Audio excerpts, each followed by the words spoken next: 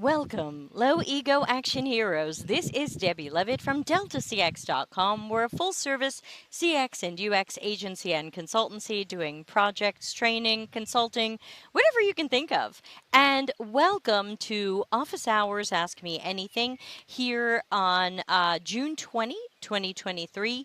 I'm just trying to load up some of my equipment here and because I'm on a working vacation. So if you're sending messages, I might not be seeing them. Let's see. Hopefully this will be working. But hello from our trip, and I see two people are watching. Let's see. So yes, hello. We're here in our camper in northern Italy near the Swiss border. We will be moving around a bit on our trip. Hopefully at the end of it seeing Stephanie Walter. Hey, there's Karen. Okay, I can see the comments. Yes. So welcome to northern Italy near Switzerland. Where everyone is speaking German and we don't speak German. I will. I didn't bother with any makeup, so, sad news, this is what I actually look like. It is a gray day here, but really hot. It was about 30. Hi, Amy. So I'll be here for an hour, assuming our hotspot holds up. And hello, Atul. And I'll be taking your questions. We got 3 questions ahead of time, so I'm going to start with those. And then we'll jump in on other questions that you send in. And of course, you can send them in through the chat. You can see the chat showing up on the screen. Or deltacx.com/links has a way for you to send in questions anonymously. I'll be checking those from time to time, but never often enough. Am I missing some now? No. Okay. So let's see, moving slowly. Okay, let's put up that first question. And it looks like this. It says, so many user research questions and so little time. How do you determine which studies to prioritize? When is it okay to ship it and measure it? Thank you in advance. Okay, so when we're talking about shipping it and measuring it, that usually means somebody wants to skip probably evaluative research. So remember that we have generative research, the research we should be doing early, upfront, exploratory, discovery, however you want to call it. And then there's the research, and again, the generative research sets us up for success all through our project, sets us up for good decisions, product strategy, the whole thing. Evaluative research is where we say, hey, we have a concept or a design or a prototype or something. Let's get it in front of some people and test it out and see if it solves the right problem. Hi, Faith. Solves the right problem well. See if it needs iteration because it's not as good as it could be, etc. Now, if someone is saying, when do we ship it and measure it? The downside to that is it usually means that somebody wants to skip the evaluative research. They don't want to test the concept or the design. They don't want to see if it's solving the right problem. They don't want to see if it needs any design iteration. They just want to get it out there, and then they're going to use numbers to try to figure out if it's good. And usually that means they're going to use numbers to determine if it's good for business, not even necessarily good for the customer. And who do we care about? The customer. They pay our checks. They pay our freelance work. They pay our everything. Oh, I forgot my drink. Oh, it's hot out. I might have to run into my own camper for a moment. But anyway, let's keep talking about this. So when is it okay to not do evaluative testing and just ship it? In my opinion, nearly never. The way that I teach it when I speak at conferences where we're talking about agile or lean or engineering, Joel said, Joel, you're very sweet, but this is not a green screen. Can anyone, I know I have a really good mic. Can anyone hear the river flowing? I'm right next to a river. I can't believe it. Hi, Alexis. So remember, you run a lot of risks when we don't do evaluative testing. As I was saying, I like to tell conference audiences when I speak at Agile and engineering and lean conferences, I like to remind people evaluative testing or usability testing, or some people say user testing, but remember, we're not testing the user, we're testing the design or the concept. Hi, Ana Lucia. This is the QA of UX. So we wouldn't want to ship code without doing some QA testing on it and making sure that it's got few or no bugs. We don't want to ship that because we would call it low quality. Well, why do we want to ship a concept or a design that we haven't run through any testing yet? We might end up with good code. We might end up with good engineering, but we could have built the wrong thing. Almost all of us have worked at a company that built something that failed in small or large ways and had to be fixed, had to be undone, had to be patched up, had to be apologized for, had to be partially refunded. You know what I'm saying? So remember that the problem with when can we just ship it and measure it is what are we measuring? Because chances are we're not measuring, does this solve the original problem we were trying to solve, unless the problem was just business. If the business says make people click on this more, then we ship it and we measure, did people click on this more? But that doesn't mean customers had a better experience. It doesn't mean they were happier. It doesn't mean anything good happened for customers. It might just be you can, oh, Ana Lucia says you can hear the birds. Yeah, there's birds and owls here like 24/7. It's really kind of loud.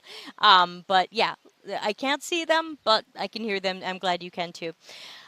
So again, how do you prioritize studies? To me, I would prioritize studies by what is going to set projects up for the most success. Are these going to be generative studies that give people more knowledge about people, contexts, and systems so that we're making fewer mistakes through the project? Maybe. Are these going to be evaluative, where we take a design that we've done and we try to put it through some paces and usability testing and make it better before it goes out into the world? Maybe. So I think we have to decide what is going to help set up teams for the most success. In reality, I'd like to see at least some generative at the beginning and some evaluative toward the end. But again, we usually don't have enough UX researchers available to do all of that. So I prioritize by what I think is going to help people the most. On that note, I'm going to leave everybody with the birds for a moment and go grab my cup of cold water. So ask questions if you have them. Otherwise, we have 2 more that were sent in ahead of time. I'm going to answer those next. But first, I'm going to go get my cup of cold water because I think it's about 27 Celsius here. It is cloudy and windy, but still wildly hot. I'm just sitting here sweating. Be right back.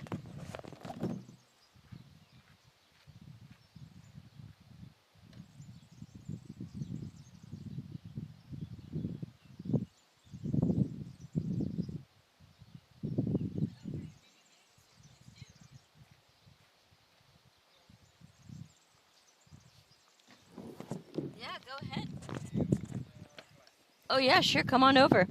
My husband is threatening to do some interpretive dancing behind the show, as he sometimes does. I also see he's put on his bathing suit, so evidently he's going swimming.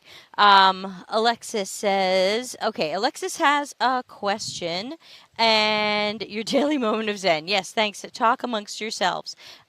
So I'm going to grab the Alexis question, but there are 2 questions before you, so we're going to answer those in order as always. So let's take it. Stay hydrated for sure. That goes for all of you experiencing summer. Okay, our next question looks like, I think this. Hold on, here it comes. There's more here. Here we go. What is the difference between user needs, user wants, and desired outcomes? Are they all the same thing? Why are we using different statements? If not, how do these differences help in creating a good user experience? It seems that the need is to solve the problem in a way that'll satisfy the user. Can I just say, here's the problem? So first of all, you can absolutely say, here's my problem statement. If anybody has read my book, Customers Know You Suck, you know that I don't talk as much about. Oh, were you behind me doing something special? That was my husband walking by. I didn't see you very much. Are you trying to put on a show? Randomly walking by just to be on camera? Okay, let's see. Yeah, there he is. Okay. He's just going back and forth just to get your attention, everybody. What an attention hound. Okay, so I think I think the biggest problem I have with what the question said was user wants. Don't really know what a user wants. We might ask them what they want, and they might tell us all kinds of wacky crap that we shouldn't necessarily build. I think we should talk about, I talk a lot about problem statements and I talk a lot about opportunities. I think those are words that catch people's ears more than user needs and user wants, especially in companies that are, say it with me, don't really care about the user. They really don't. A lot of companies are just company centric and business centric, and whatever the user could benefit from, whether they need it or want it, is a real afterthought. They really probably don't care very much. There is no hashtag empathy. So I would say I would focus on problem statements and I would focus on opportunities. And also take a look here on the YouTube channel. If you're watching on YouTube, you're in the right place. If you're on LinkedIn or Twitch, come on over to YouTube. On the YouTube channel, in the conference sessions playlist, I've got some new talks that I've been doing that are in there. And one of them was all about my version of impact mapping, which can help you sell things to the business to get the time and budget to do things that will benefit the user, whether those are user needs or whether those are user problems that we can solve. Take a look at the impact mapping episode that's in the conference sessions playlist. I hope that'll help. So what is the difference between a user need or a user want? I'm not sure. Maybe the user want was something we guessed at. I really don't know. And a desired outcome is again, could be a number of things, but very often it could be what the business is hoping the outcome is. Sometimes it's got nothing to do with the user's desired outcome. So if it's a user's desired outcome, it's usually related to task accomplishment. They usually want to get stuff done efficiently and easily, unless it's social media where they want to hang around and browse, or if it's other media like YouTube. Hi, everybody. Um, but otherwise, we should make sure that the desired outcomes are looked at from both the business perspective and the user perspective. Don't just look at the business wants everyone to click this button more if the users don't also want to click that button more. You might have to find a way to say, hey, the business wishes this would happen. But remember, go one level up from they want this button clicked. Why does the business want people to click this button more? Oh, because that means this, or because we make this money. Yes, the business wants to make money. How do we find out ways to make great things happen for users that make the business money? Talk about that. I think people will want to hear more about that. I hope that helps. Let's take a look at our next question, and then we'll put Karen's question on the list. And let me see if I'm missing any anonymous questions. Not yet. Okay. Next question. Ooh, it's a long one. Font smaller, font smaller. Okay, I think I got that in there. Wow, I love the background. Yeah, this is our working vacation.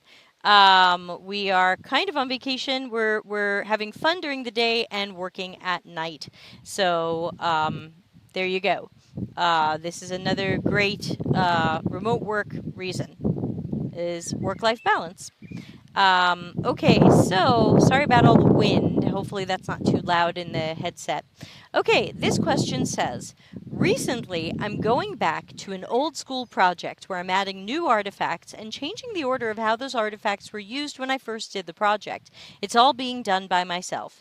Doing this, I realized it's creating better storytelling. How would I showcase to HR? The way I'm presenting this case study is different compared to how the project was first done, while also talking about my individual contributions and collaborations I did with team members. Okay, this is a giant set of what sounds like portfolio type of questions. So kind of how can I make sure that when someone looks at this case study in my portfolio, that they really get the storytelling of what I originally did, which was more collaborative and with a team, so that they see that side of it, but also the story of what I'm doing now, where I'm circling back to an old project and redoing some things myself to try to showcase better or more thorough work. I see Will has a question. We'll add that to the list. Thank you, Will. Sorry, one woman show.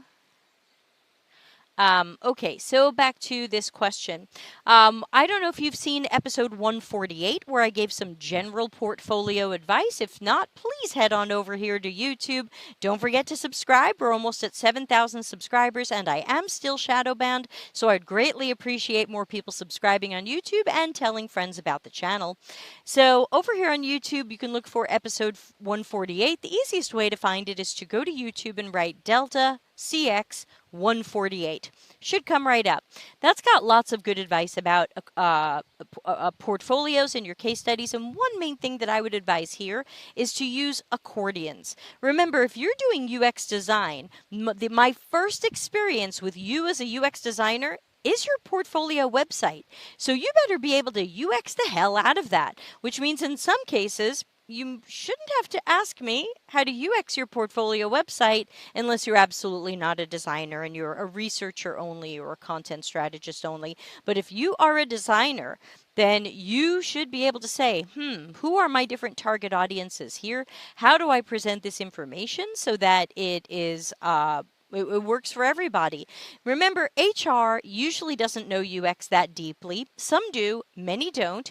They are usually scrolling through to see if you had some sort of process, if you're using some of the right keywords, and you have some screenshots and images of things that look like you do the work. So HR is usually not looking very deeply. But if you have a hiring manager, and that hiring manager is experienced in UX, then you've got to showcase a little bit more depth.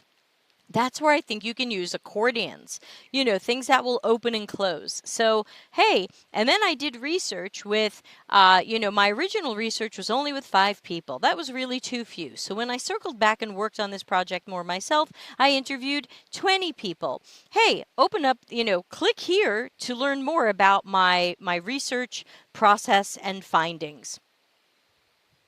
HR might not care. Hiring manager probably does, or hopefully does. If they don't care, I think that's a bad sign. I would hope that a hiring manager is interested in really more depth of how you did a project. Otherwise, this job is probably looking for some very surface work, which may or may not be your thing. So I would say this is part of your storytelling. This is part of your UX design. This is part of your content strategy. You can show me this by UXing, if that's a verb, your own portfolio. So don't forget that. So I would say, again, Camille, I just finished reading Customers Know You Suck. Totally worth it. Thank you. Yes, please leave reviews on Amazon. I need some reviews. Oh, here comes the ATV with the dog in it. Oh my God, too cute. Our neighbor here at the campground is driving around an ATV with his dog in the back, and this is like the nicest dog we've met other than our own. But yes, if you've read my book and you actually like it, won't you please leave an Amazon review? I could definitely use the bump, so thank you there. So I hope that helps for the person who asked the question. Again, we have a couple of episodes on storytelling. What was it? Episode 127 or 128? Remember, you can always go to YouTube and write Delta CX Storytelling or Delta CX Portfolio. Here comes Lisa. Hi, Lisa. Oh, you're not on the show. You're not tall enough. That's the no, wonderful. No, she's great. We love her. Yeah. Try searching what we already have on YouTube and see if that helps. Okay, let's take our next question. Okay, this was Alexa's question. Let's get that up there. And Karen, after reading Customers Know You Suck, I abandoned the next 6 books in my list. Thank you. I can probably guess what those are. But again, you're always welcome to read them. You're always welcome to read books that say, that slightly agree with me, that completely disagree with me. Critical thinking. You are absolutely welcome to agree with none of my books, some of my books. So, don't feel like, Customers Know You Suck is some sort of religion. It's not. Okay, next question from Alexas. Good morning or afternoon. Hello. It's almost 7 p.m. here.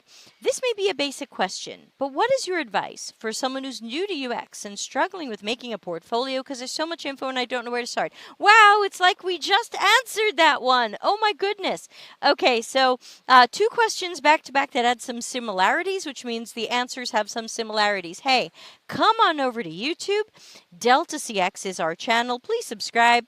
And if you do that, lots of things will explode on the screen. It'll be lots of fun.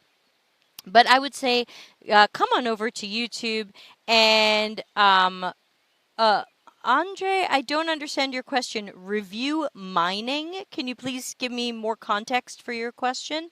Because I'm not sure what you mean by review mining. Do you mean like you're screen scraping it for another tool? I don't understand. So please give me more information about this question, which I'll add to the end of the list. But yes, for the question that's on the screen now over here, make sure that you're checking out we have lots of videos on portfolios. Some of them are older, so their episodes have lower numbers, but some of them are much newer, like episode 148, episode 128, Timeless Classic, episode 129, Great Advice for going into interviews. So please just come to YouTube and write Delta CX portfolio or Delta CX storytelling or Delta CX interviews. I mean, we have 800. Thank you. Thank you for the subscription. See, I told you things would explode. We have 800 hours. Oh, thank you for the other subscription. We have 800 hours of content here. There's a really good chance that questions you have and techniques you want to learn have been addressed here. Now, we haven't addressed everything. There's always more to do, but we do have 800 hours of stuff here. So please come and check it out. That would be the best answer. All right, we have another question. Let's put this one up. Review mining as a method to understand your customers. Okay, thank you. That was not what I was thinking, so I'm glad I asked. Okay, we'll put your question on the end of the list. There's one or two before you, so please hold. Actually, there's two before you. Hi, Hadi. And I will put up your question next. So give me 1 second. And there's a few before you, so please be patient. Okay, let's copy Hadi's question for later. And then we'll take a look at, Anna Lucia says, I also recommend the videos. They're great. And the Slack group has some good examples. Yeah, thank you. Sorry about that ATV warming up next to me.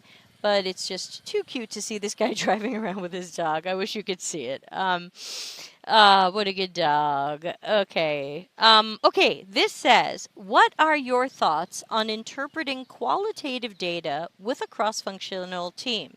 This technique, which I read about in a book, aims to make everyone familiar with the qualitative data and context. Then the team can ideate solutions together, bringing different perspectives to the table. Okay. So to me, there's one core problem here. But first, let's talk about the things that aren't necessarily problems here. There are teams who want to ideate together. Usually, that comes at the expense of your designer. If you have a designer that wants to be a problem finder and a problem solver, they usually don't want the whole team ideating together. They usually want to do their own damn job. So make sure that we are not cutting off our UX designer or minimizing them or belittling them in any way by saying, we don't really need you, the whole team can go for this together. So be careful of that. There are times where that can be okay. Remember that the way that I teach when you do a brainstorming session, don't have people sketching screens. That is a UX designer's job. If people want to brainstorm on stuff, just collect ideas. That's it. Just put ideas on sticky notes. Don't have people draw screens. Don't do design sprints. Just have people give ideas. That can be okay. Then let the designer take a look at what's going to work best for people and interpret those ideas. Now let's step back a little bit. Should the cross-functional team interpret qualitative data? My typical answer for things like this is interpreting qualitative data is quite specialized. Many people are not good at it for years. It takes years of practice to be able to be good at interpreting qualitative data. Some people will never be good at it. So my advice is when it comes to specialized tasks that are part of specialized phases, that are part of specialized jobs, that we don't give them up to the whole team. This is part of the whole democratization thing. This is part of the everybody's a researcher or everybody's a designer. And the problem is, this assumes, every book I've read or heard about assumes that this goes great. There never seems to be anything in the book about what if this goes really badly, or what if people don't interpret the data well, or what if they start adding in their own biases, or what if they discount important insights because they have an agenda they're pushing. So these are they're all these books somehow magically everything goes great. Never gone wrong. So we have to remember that a lot of times this doesn't go great. There's a lot of things we don't all do as a team. We don't all do product road mapping as a team. We don't do coding as a team. We don't necessarily do QA as a team, though I think we could do more of that. So I think we have to take a look at why is the cross-functional team doing everything, especially when the cross-functional team does not necessarily have talent, skill, education, experience in interpreting qualitative data. A book that says everybody should interpret qualitative data seems to assume that everybody knows how to do that and that everybody's good at it. If people don't know how to do it or they're not good at it, now you're on the hook to teach them this? Things that people have masters and PhDs in, you're just going to have to teach them in a half hour? So a lot of this doesn't make sense. These tend to be written by people who want to minimize and belittle UX research and make it seem like anybody can interpret qualitative data. And I would disagree.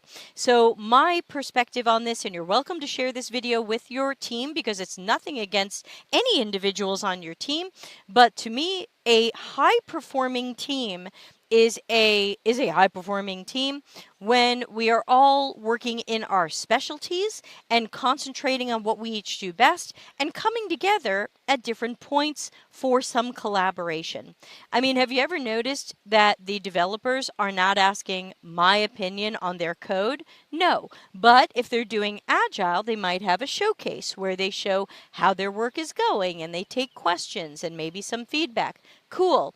They are collaborating, but it is not a team exercise. It's not where the cross-functional team got together and said, I have to stand over this person's shoulder while they code. So we have to be careful about any of these books or trainers or authors or talking heads that are saying like, well, if the cross-functional team doesn't all interpret the qualitative data, they're not going to be familiar with the customer.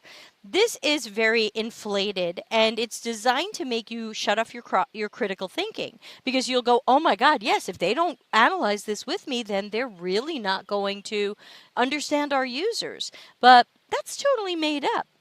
I mean, it didn't used to be like this.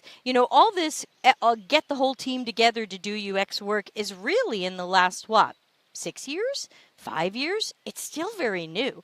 But we've been doing UX since, the 80s, since we had personal computers, and in some cases even before. So the whole get the team together and guess it together is when you have UX people working at your company is relatively new. When you didn't have UX people, that's what you did. But when you have UX people, this doesn't make sense because it takes away their job. So be careful of any of these books, which right now are usually either books on Agile or books on product management or product strategy that are acting like, hey, if you don't let product managers and everybody do this, then we're not going to understand the user.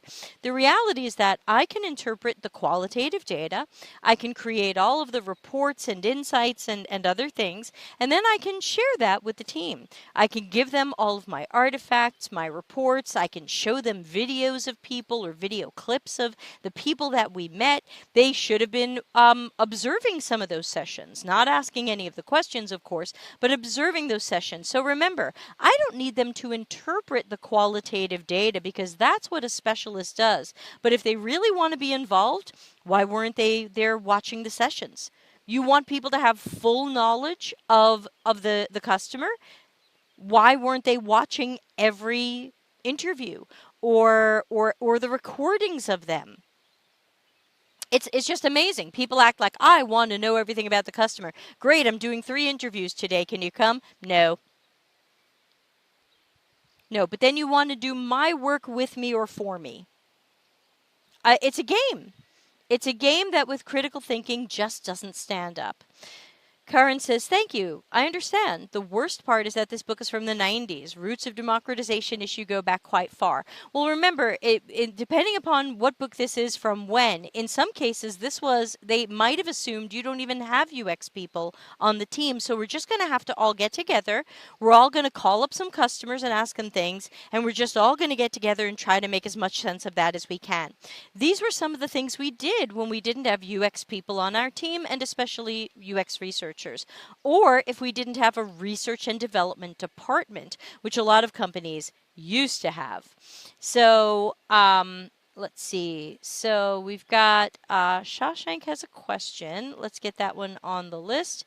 Peppy Jeans, which I guess is not sponsored, has a question. Let's get that on the list. And Camila has a question. We'll get that on the list. Okay. Thanks for all the questions today. The show is half over. I'll do my best to get to everybody's questions before a call I have later. So let's see. Okay. Next question, I think, came from Will. Thank you for your patience. Answers tend to be long, so people are waiting. Apologies if this is the wrong venue for this question. It can't be. This is Ask Me Anything, so all questions are welcome. They don't all have to be positive or agree with me. This is questions. Ask me anything, literally. Apologies. No. Okay, so do you have any tips for staying positive during the job search? That is hard. I think step 1 is recognizing that it is hard and recognizing that you're not the only one. It is not like everybody is getting their dream job and it's really just you. Right now, it sounds like nobody is getting their dream job. Almost everybody is getting laid off. People who have a job don't even like their job. It's a complete mess out there. So the first thing I would say is, yes, I know that sounded more negative, but first of all, no, it's definitely not just you. Anta, I don't understand your question. Can you please explain what a service scope is versus a product scope? I need more context here. Thank you. And then I'll get your question on the list. So I think that when it comes to the job thing, we're going to have to get more creative. We're going to have to apply for things by what the roles are looking for, no matter what the title is, because I'm seeing some weird titles out there that seem to want UX skills. Some of them say UX strategist, look for that. Some of these are actually product manager. Now, of course, we've done a few shows on this already. Product manager roles require a lot of different skills in UX if part of the product management role is only one of many skills that you would have to demonstrate, so it is not an easy way in. The problem is that there's no easy way into any job right now. I don't have good news for anybody, and that's why I'm just asking people to do a little bit of soul searching and make sure UX is for you. There are some of you who have written to me and said, I'm frustrated by my job search, I'm depressed by my job search, I still can't find a job, but this is what I want to do. There's nothing else out there for me. And I say, keep pushing. Other people say, hey, I heard this was a cool, stable job where I get to be creative and run fun workshops and get paid a lot of money. How do I get in? And I say, this might not be for you because everything you just said doesn't match most experiences of UX. So I think now is a good time for people to consider if UX is right for them. For many of you watching this channel, it will be. For some of you, there may be something out there that's better. There are a number of people in our Slack community who've already said, I'm done with UX. I don't want to go into it or go back into it. And they're still welcome in our community. You can come to the shows. You can hang out in the Slack community. I don't throw people out. But I know that UX won't be for everybody. I remind people that when I started university, I wanted to be a genetic researcher. I spent a lot of time studying for that, and then I realized it wasn't going to be right for me. So even if you've studied UX, what's in my water? It might not end up right for you. Part of it might be you and what would make you happier. And part of it might be the current economy and job market not giving you an easier way in. You know, UX had much easier ways in 2016. That's not the world we live in anymore. That's why a lot of the advice I see from 2016, when people like repost Jared Spool tweets from 2016, I go, this hasn't aged very well because this isn't true anymore. You can't base your job search or your portfolio or not having a portfolio on advice someone gave in 2016. It's a completely different world and job market. So no, I don't think I have a lot of positive thoughts on this one. I think it's pretty bad out there. And I think my advice to everybody has been get the job that pays the bills. I don't care what that is. I don't care if that's you're going to operate a ride at the fair. You're going to pour coffee at Starbucks. There's no shame in any of these things. This is a bad economy. This is bad for the world. Get the job that lets you keep eating and sleep at night and worry later about UX if it's really right for you, because it's just too messy out there. And I'm not going to say fake stuff like, oh yeah, just keep pushing, everyone will get there. No, not all of us will get there. Statistically, it's impossible. There's how many people who took Google's UX course? 800,000? There aren't 800,000 UX jobs. So we just have to be, unfortunately, realistic about it. So stay positive. To me, stay positive means take what you can get. Some things will suck and they'll be a stepping stone. Just make it through the bad economy. To me, that you've got to you might have to lower your standards a little bit. Make it through the bad economy. Worry about the rest on the other side. Ana Lucia says, I was thinking about getting a job in another area. Honestly, I've been burnt already with a job that doesn't make me happy. I wouldn't mind for a while, I guess. And again, I'm not saying everybody please go take jobs you know will make you miserable. I'm just saying if there's something you qualify for that isn't UX, that you can do, that is reasonable for you to do, consider, yes, keep applying for UX, keep interviewing for UX, but pay the bills, eat food. You know, I see too many posts on LinkedIn where people say, I'm about to be thrown out of my house. I'm going to lose my home. I can't pay for my car. I don't want anything to get that bad for anybody. Yes, in some cases it will, and I'm sorry. But I think before that, we have to think about taking some other jobs that at least pay something. We have to get into save ourselves mode. The economy and the world is that upside down right now. Malika says there are ups and downs. Stay positive. Everyone take care. Yes, exactly. This will bounce back, but it might not be this year. I can't say, hey, don't worry. You know, after the summer, it's going to be great. We don't know. We don't know. Elliot says, I worked at Home Depot and then a coffee shop while hunting for a UX job. No shame in it. No, that's right. I know people who've been substitute teachers. I know people who've done all kinds of things. And you know what? Just do it. Oh, thank you. Thank you. It's my first time here. We're enjoying how candid you are. Ana Lucia says, but UXR is definitely the thing for me. I'm really happy trying to apply what I know to UXR, and I want to keep pushing. I have to, yes. And again, that doesn't mean never apply for a UX job again. Keep applying. Try to get it. But that doesn't mean wait. I know some people have said, oh yeah, I quit my really good job to take this boot camp so I could become a UX person. And I go get that good job again. You had a good job. So that's the good and bad news here. I think it's time for us to just be realistic. That might be negative. It might be uncomfortable, but we have to say these things out loud. I can't say fake it till you make it. Next question. What alternatives to review mining would you suggest? Thanks in advance. It's a method to better understand your customers. So, review mining is part of what we normally call voice of the customer, VOC. And voice of the customer means we look at places where customers express themselves, though we didn't directly speak with our customers. It's from them, but it's a little bit more secondary. Usually those are reviews. Social posts are people tweeting about you. They might be survey responses. They might be customer support tickets. Customer support spoke to them or emailed with them, but you didn't interview them. So these are still places where customers express themselves. Now, in some cases, these can be okay at highlighting some problems.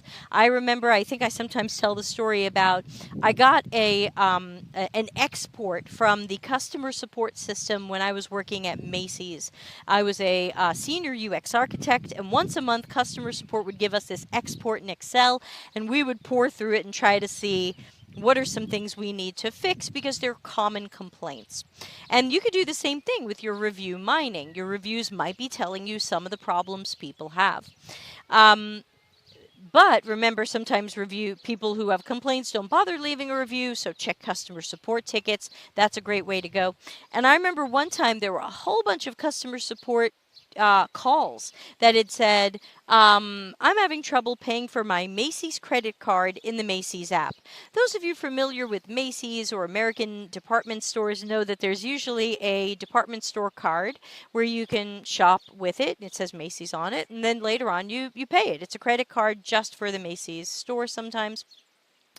And so I tracked down the UX person who owned that part of the universe, and I said, hey, looks like people are having trouble paying their card in the app. Can you tell me more about that? And she said, yeah, we never built it. And I said, okay, maybe we should raise this up as a priority because it's starting to take a lot of customer support time. There's a noticeable number of calls and emails saying, I can't do this, I need to do this, I want to do this. And so that was a good place where we were able to find an opportunity to reprioritize something that had previously been deprioritized. Someone decided it's not that important if people can pay their credit card bill in the app. But now that we see how much time is taking from our customer support people, and that time is money because those people we're paying them to answer these calls and tell people, yeah, sorry, you can't do this, bye. Go walk into a Macy's store and pay your bill. What year is this? So that's an opportunity to save the company money. That's where we can do one of my Delta CX impact maps. And if you're not familiar with those, head on over to YouTube and write Delta CX impact map. I actually have 2 videos on it, and I would say maybe watch the newer one, which is in the conference sessions playlist. Let's see. Brent says... Let's see. Brent has a question and Ryan has a question. I think we're going to have too many questions for today, so I might have to say no more questions after these two. Too many. Okay, let me just write on the screen no more questions for today because we're going to be out of time. We've got 15 minutes and like 5 questions, so sorry. No more questions today. Okay, there we go. Okay. Let's see. Okay, so alternatives to review mining. There's all of generative research. You could be observing customers. You could be speaking to customers. Not to watch them use your system now, but to learn more about their task, whether or not it includes your system. You could be doing other voice of the customer stuff, like customer support tickets, tweets, and social posts, things like that. So some of these are faster and easier. Hey, customer support, give me an export of what's going on there. Some of these take more time and money, like interviews and observations. observations, but the best information comes from observations, and the second best information comes from interviews. But again, we're not trying to test our existing system. I would say you want to learn more about people, context, and systems and tasks. All right, next question says, oh, wrong box. Hold on. Paste. Okay. Hi, Debbie and everyone. Hope you're good. My question is, when conducting user research, how do you handle situations where user feedback or behavior contradicts established design principles or best practices? Can you provide an example and explain how you resolve the conflict? Wow, this sounds like I am going to answer an interview question for you. And I see we have an anonymous question. I'm going to add it to the list, but really that is the last question for today. We're going to be over time today. Okay. Where user behavior contradicts design principles or best practices. To me, ultimately, user tasks win. So and Stephanie Walter has talked about this on our channel because she works in enterprise. And sometimes you might say, hey, we should really make this fewer clicks. But if people are used to a system that has a couple of extra clicks, they might be more upset by the change than by, ooh, this is too fewer clicks. So I think it depends on who the audience is. But to me, I want to try to marry the two. We know what best design principles are. We know what good heuristics are. But if we know and we've done our research right, and our research shows that people absolutely need to do something that contradicts best practices and that they'll be more efficient, they'll be more successful, they'll have fewer errors. If we do it in a way that doesn't really match best practices, then I say you do what's best for the user. Don't worry about laws of UX. There aren't really laws of UX, and many of the things we call laws of UX have been debunked. Like 7 plus or minus 2, been debunked. 3 clicks, been debunked. So be careful that we're not using some of these kind of old-fashioned and outdated ideas that someone put in a book or website and called them laws. They're not laws. You've got to create what works best for your user. And if that it shouldn't fail heuristics. I mean, those are important. But if that means doing something a little bit out of the ordinary, but it makes their task more successful, fewer errors or no errors or things like that, then I'm going with that. Whatever it is, I'm going with whatever's going to work best for the user. And if that somehow runs against best practices, which I can't think of an example of other than enterprise. Again, sometimes enterprise people get a little stuck in their ways, and they're very worried about how changing a page is going to make them less efficient because they'll have to relearn it, and they get really worried about that. Again, we've had Stephanie talk about this on the channel before. Then sometimes you leave in something that we know has a little bit of inefficiency in it because people, this particular audience completely freaks out when you change it. Too bad Stephanie's not here. She'd have a good answer for that, and probably an example. I don't have an example of that because I don't do as much enterprise stuff as I used to.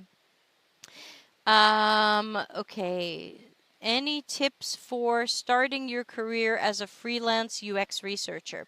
Yeah, so in general, I don't recommend that new researchers try freelancing. In general, most people assume that freelancers are hired guns, that they're really the solo experts who are going to come in and know exactly what to do and how to do it and be able to estimate their time well and manage a project well. It really has a lot of extra skills built in. If you're new to UX research, I don't suggest freelancing. You probably still need mentoring and coaching, and there's unfortunately a good chance that you would not do the project as well as a more experienced person.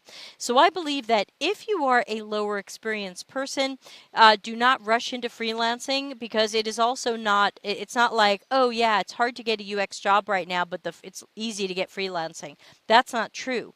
So it's not like that is going to be the path into UX for you, and it could be a path straight out of UX if you end up doing bad work, because word will travel. you will develop a reputation. So I believe if you're new to UX, then you should not be doing freelancing, because now is your time to learn and get better. If you've already been doing UX research, say for at least 3 or 4 years, then how do you start your career as a freelance UX researcher? Uh, Post to LinkedIn that you're now a freelance UX researcher. If you are a low priced person, you could try to get things on Upwork or other things. But I don't think there are a mountain of freelance UX research opportunities right now. I think we've swung in that direction where people think research is unnecessary or a nice to have, or not worth it, or too expensive, or something like that.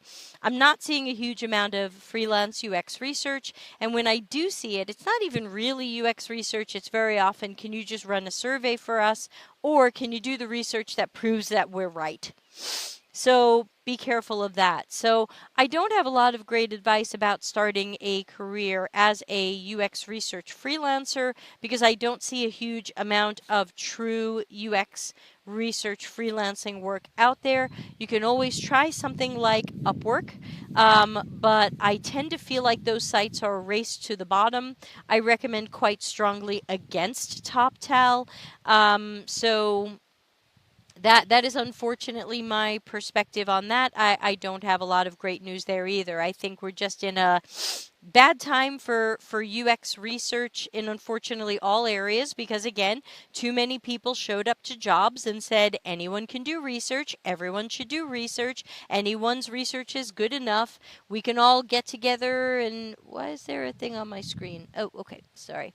We unfortunately, people and researchers and leaders showed up to jobs and taught them they didn't need us, and they said, "Yep, we hear you." So that's where we are right now. We're gonna have to wait for it to swing back, and I don't know when that'll be. I'm sorry. Okay. In a SaaS company, I handle feature ideas from clients and POs. My process: receive a task, brainstorm, create wireframes, prototype, conduct usability tests, and iterate. Am I missing something? Who in the chat wants to tell this person what they're missing?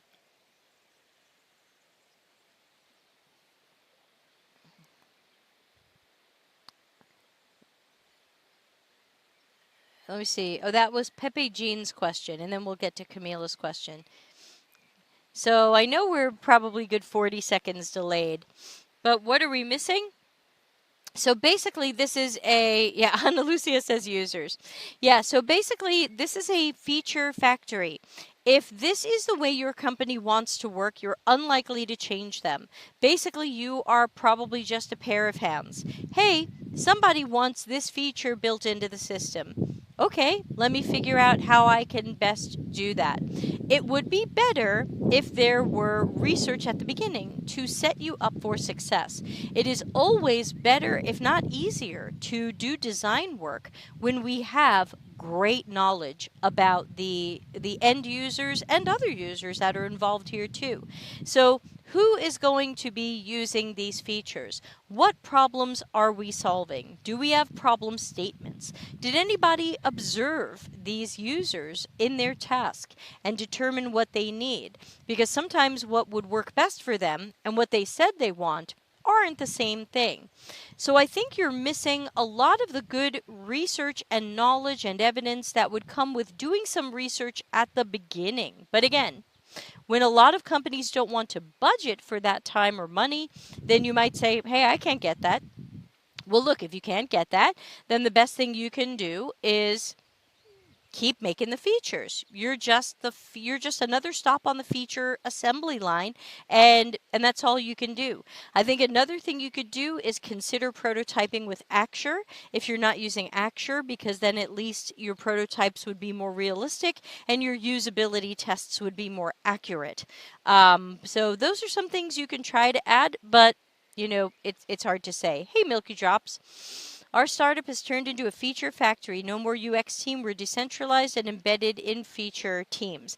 Yeah, and technically, UX people embedded in project teams is not the worst thing, but if they're not going to let you think critically and you're just a pair of hands making wireframes, then that job is what it is, and you might keep it because the economy sucks, and hope for a brighter day when you can be more of a problem finder and problem solver. So I don't think the embedding is the problem. I think it's the idea of the feature factory. Because whether you're embedded or not embedded, if your process looks like what this question's talking about, then this is just a feature factory and you're just another stop on the assembly line. Okay, we have 4 more questions, so we're definitely going to go late today. Ana Lucia says, seems only evaluative research without, hi Kayleen, without any prior research. Yes. Okay, so let's put up the next question. I think this was Camila's question. One question about the democratization issue. Only one. I would say, gently, you don't recommend it. Oh yeah, for Rizzle, 100% do not recommend. 0 stars out of 5. However, product managers now frequently have a UX research background. How to balance the dynamic in that team, then can you say more about it? Yes. So I think as we're seeing more product managers who have a UX research background, the question, then we have 2 questions here. Number 1, does that product manager have time to do the UX research themselves?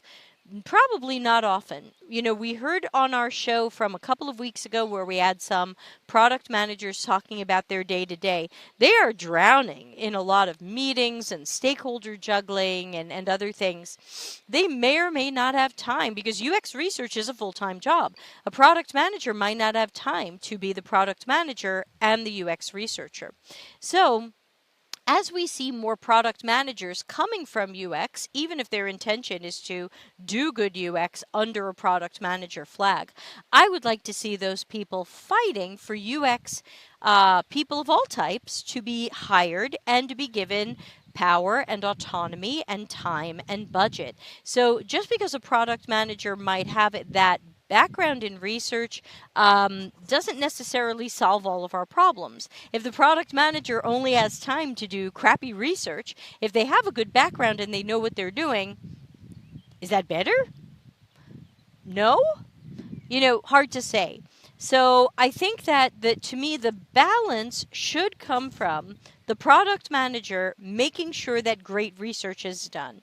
If I had a product management title and I come from research and I also happen to come from design, but say I came from research, to me, it's my job to make sure that great research is getting done so that it can inform and set us up for success and give us evidence. And if I can do that research myself, that's great. But research easily can take 30 or so hours a week, if not 90 hours a week. So when would I have time to do that in addition to everything else expected of me as a product manager? To me, that's where I can say as a product manager, you know what this team really needs? A dedicated researcher and a dedicated designer. And here's what our process should look like. Because, hey, you want me to be strategic about the product and about our team.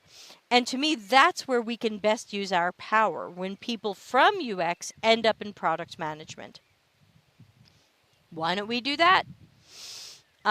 So yeah, that's what I would say about that. Okay, 3 more questions and then we'll sign out of here. Which jobs or careers outside of UX, which may pay the bills while searching for UX jobs, tend to equip one with experience that transfer well to UX and help acquire the UX job once one wants to eventually land? Nearly none. I think that in general, people get overly concerned about how does my old career transfer to my new career. Unless your old career is really close to the UX career that you want, it doesn't transfer. Making jewelry doesn't transfer. Working in customer service probably doesn't transfer. Working at Home Depot probably doesn't transfer. I see a lot of people say, well, I had to make customers happy and have empathy, so, that must transfer. It doesn't. When people look at your resume or CV or portfolio, they're looking for UX experience. If you had a job that does not qualify as UX experience, very little of it is probably going to translate. The only times I've seen these things translate well, oh, this puppy is back. Hi, Lisa. I wish everyone could see this puppy. Can you see this puppy? Hello. Oh, this is a very nice puppy. Bye. Sorry, I'm at a campground and that is the neighbor's dog. Bye, Lisa. So if you are a sociologist, an anthropologist, a researcher, an academic researcher, if you can say, hey, look, I know I wasn't working in UX, but look, I did this academic research, and here's how some of it looks like UX research, and here's how some of it was different, then you might... sorry, I didn't pay attention. Did you answer mine? Well, that's hilarious. Thanks for coming. Your question was... Yes, I did answer yours. You'll have to roll the video back. So, in short, I find that very few things that aren't research translate into research. Very few things that aren't design translate into design. My husband and his family ran a kitchen and home design business for 20 years. I don't think any of that translates to UX work, because if you give me a portfolio project, or if I'm interviewing you and I say, what was your UX process? And you didn't have one, because it isn't UX work, then it's not really UX work. So I don't think necessarily that there's any particular job that everybody can go run and do that's going to then help us get a UX job later, especially because these jobs are now evolving. I don't even know what a UX job might look like in a year or two. They're getting so weird. They're absolutely weird. They're unpredictably weird. So I would say get a job that pays the bills that you don't mind doing.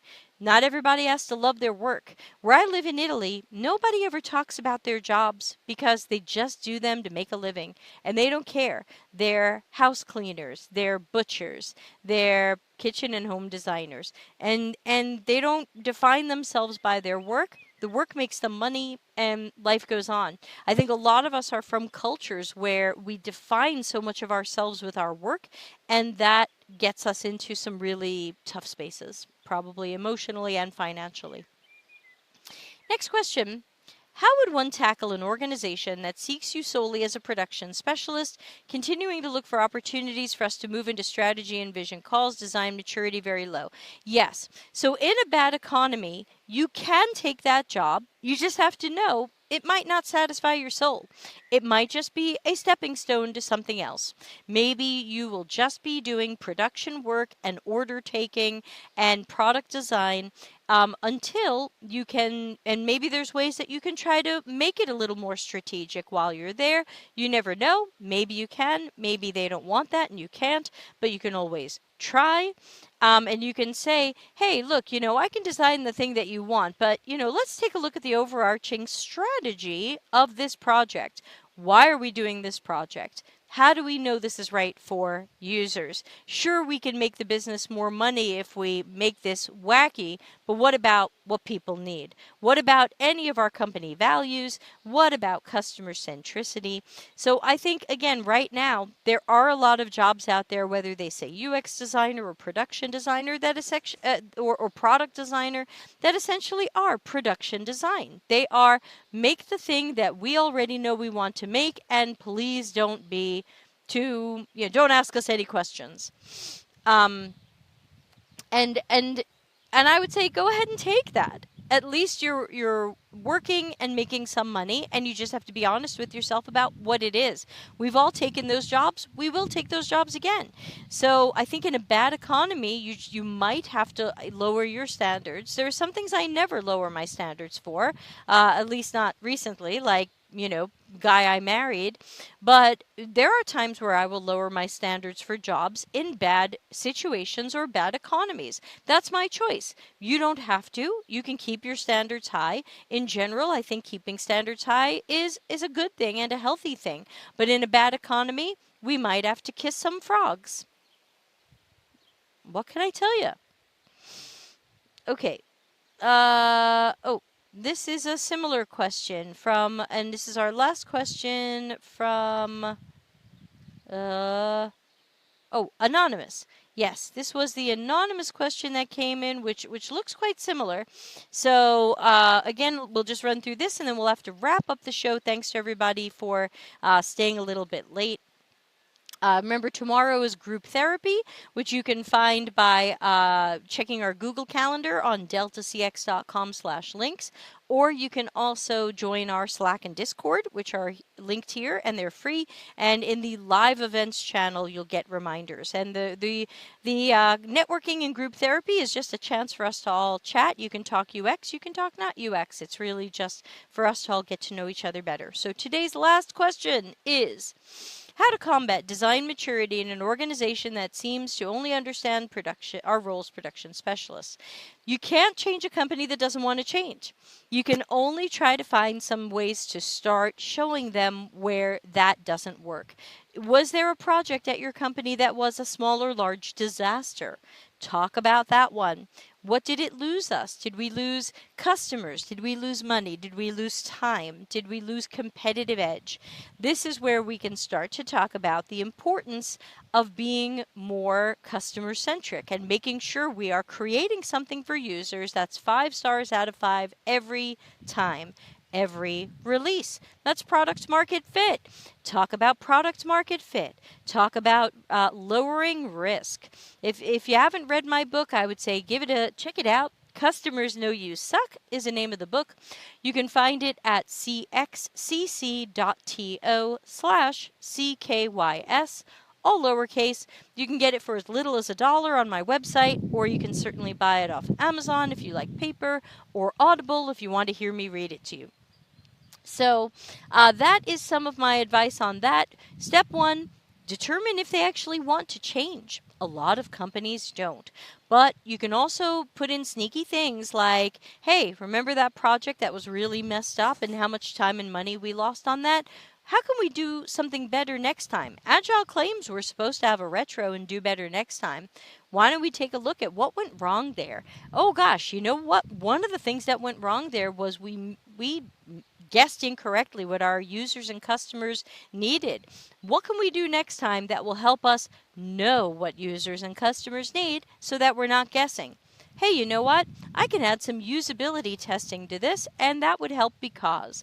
Or, hey, what about a little more research up front that isn't a survey that will help us know a little bit more up front? Drew says, tracking time to fix issues. Yes, that's another thing that I talk about in my book. We talked about it in the chapter where I interviewed Sarah, who works in customer support. I'm forgetting what chapter that is right now. 6? No. 11? Anyway, yes. We talked about a real time to resolution. So, for example, let's say that we know that 20% of the time our checkout on our website doesn't work very well. It's broken. And sometimes it works and sometimes it doesn't. We're losing business. We're losing sales. Customers are mad. This thing is broken. We now know that this is a problem. We can test this. We can, what's called, reproduce the issue. We know it's a real issue. We know customers aren't lying about this. It's real. Okay, how long will it take until this is never a problem again for anybody? That would be a real time to resolution. Chapter 10 says, Karen, thank you. That would be, so we can take a look at how long does it take for us to fix issues. But we can also take a look at how often did we release product or a feature or an update or whatever it is to our customers where we knew it was already broken, where we were saying things like, we'll fix it later, or it's probably good enough. Let's make a note. Let's document that in our project documentation that we released something to the customers that internally our team knew wasn't 5 stars out of 5 and might even be 1 star out of 5 or maybe 3. And we expect it to cause problems. We expect it's broken or it's not quite right. Kayleen says it's like relationship advice. I think Kayleen is back a little bit. So those are some of the things you can do. A lot of them are covered in my new book. Again, the book is as little as $1, so you can read it on the cheap if you'd like, but those would be some of my suggestions. Whew, we made it, and boy is it hot out. And we had a nice visit from a friendly dog. The internet didn't die. Success. So, looking at show schedule, I will be trying to do shows from our vacation, internet permitting. So that means we've got tomorrow, of course, is community hangout / group therapy, which is totally free. Come on down. And then Friday, it should be practicing critical thinking, but sometimes I cancel that if I don't get enough stuff, because I don't want to do a show that just has like 2 things. So right now, practicing critical thinking has 1 thing. If I don't get more things this week, that's okay. Don't send me crap. Don't send me stuff where you already know what I'm going to say. If you have stuff to send, great. We'll do a critical thinking show on Friday. If not, I'll cancel it. We'll skip this one. We'll do it later. We've been doing those every other week. So, yeah. And then let's see. Next week, I am hoping to do the usual shows. Definitely Tuesday office hours. Monday's Think Out Loud, I'll probably cancel. That's Monday, June 26th. Because we're going to be traveling a lot of the next 2 weeks. So, thanks to everybody who joined in and made this interesting and active and challenging. I know I don't always have the greatest news for everybody right now, but I think we do have to be a lot more realistic and just take a look at the way things are and do the best that we can, because the news isn't good out there, and it's not going to be healthy to pretend the news is better than it is. So let's just keep doing our best. That's all we can do. Okay. Thanks again, everybody. Have a super day or night wherever you are. I'll see some of you tomorrow in group therapy. And yeah, and don't forget to join the Slack and Discord communities. They're free. And subscribe. Where is it? I'm pointing at a tree. Here to the Delta CX YouTube channel. Thanks, everybody. Bye. Customer centricity as business intelligence. Visit deltacx.com to learn why we are